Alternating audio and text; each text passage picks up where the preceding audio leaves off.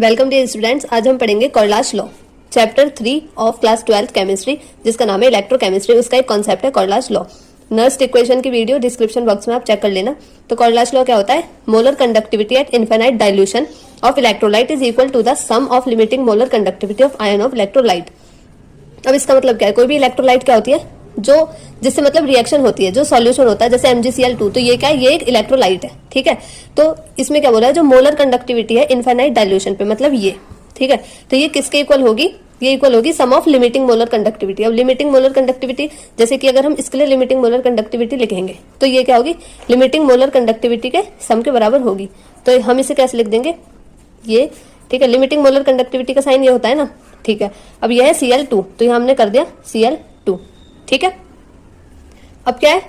अब अगर हम इसके लिए देखेंगे तो ये हो जाएगी limiting molar conductivity of Na plus limiting molar conductivity of Cl।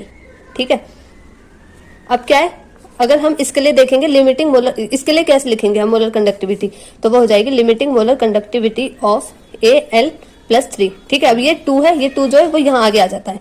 ठीक है, और plus limiting molar conductivity of SO4, तो एक आयन है जिसपे -2 चार्ज होता है। ये जो 3 है, ठीक है, जितना ये होता है नंबर, वो आगे मल्टीप्लाई में इसमें आ जाता है। अब जैसे इसमें हमने देखा था, तो इसमें क्या है? -1 इस पर चार्ज है, तो ये जो 2 है, ये Cl2 में जो 2 है वो यहाँ ना आकर वो आएगा यहाँ मल्टीप्लाई में।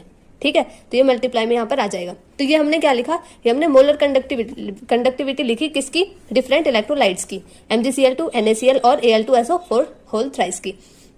तो हमने क्या लिख ली? Molar conductivity. ठीक है, अब जैसे एक क्वेश्चन है, इस पे जो क्वेश्चन आता है वो कैसा होगा? हमें कहेंगे calculate limiting molar conductivity of CH3COOH की हमें लिमिटिंग मोलर कंडक्टिविटी फाइंड करनी है। ठीक है, गिवन, हमें गिवन है ये सब चीजें। तो अब हम सबसे पहले इसे इसके हिसाब से इन चीजों को लिख लेंगे, तो जो हमें फाइंड करना है। ठीक है, तो वो कैसे लिखेंगे हम? CH3COOH के लिए फाइंड करना है सबसे पहली बात, तो उसमें क्या आ जाएगा? CH3, ठीक है, प्लस COOH। ठीक है, हमें करना है इसके लिए फाइंड।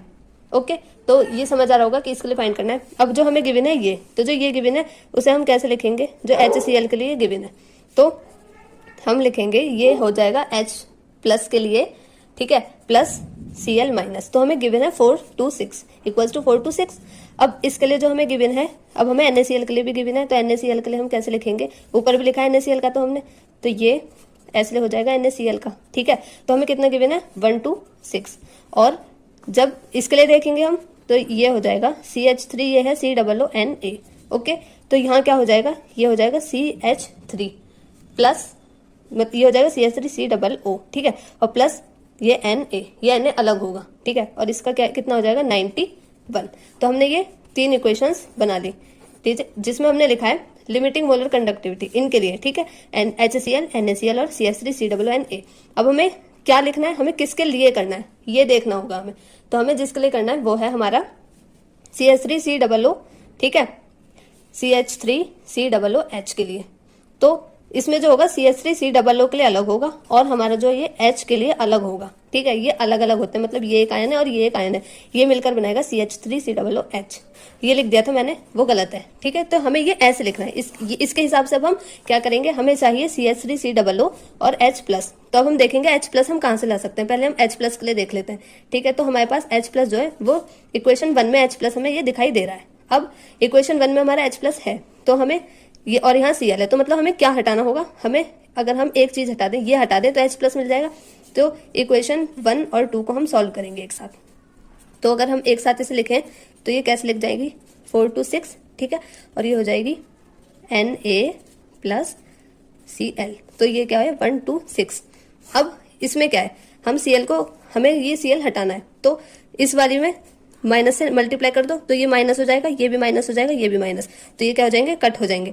अब ये माइनस हो जाएगा, तो ये माइनस होने के बाद, मतलब जब हम इसे माइनस करेंगे तो क्या आएगा? यहाँ 300 आ जाएगा, और ये हो जाएगा एन, ये हो जाएगा हमारा Ha, और ये माइनस आएगा Na इक्वल्स टू 300। ठीक है, तो ये एक चीज हमारी आ गई, तो इसे हम 4th इक्वेशन दे देते हैं। अब क्या करना है? हमें एक और चीज, हमें H प्लस मिल गया इसमें। ठीक है, अभी ये हमें चाहिए ये चीज, तो ये कहाँ से मिलेगी हमें? यहाँ से, इस वाली में ये है। और हमें क्या हटाना होगा? Na हटाना है, बिकॉज हमारा Na नहीं है, तो हम इसको और इसको ले लेंगे ताकि Na हमारा मिल जाए। तो इक्वेशन 4 and 3 इन दोनों को जब हम सॉल्व करेंगे एक साथ, तो हमारा कैसे, हम इसे कैसे लिखेंगे? CH3COO प्लस Na के लिए, ये हमारा 91 है। अब ये जो है हमारा वो कितना है, ये है हमारा H प्लस और ये नेगेटिव में है Na। ओके, तो ये हमारा 300, ये दोनों कट हो गए क्योंकि ये नेगेटिव N है, ये पॉजिटिव N है, ये कट हो गया।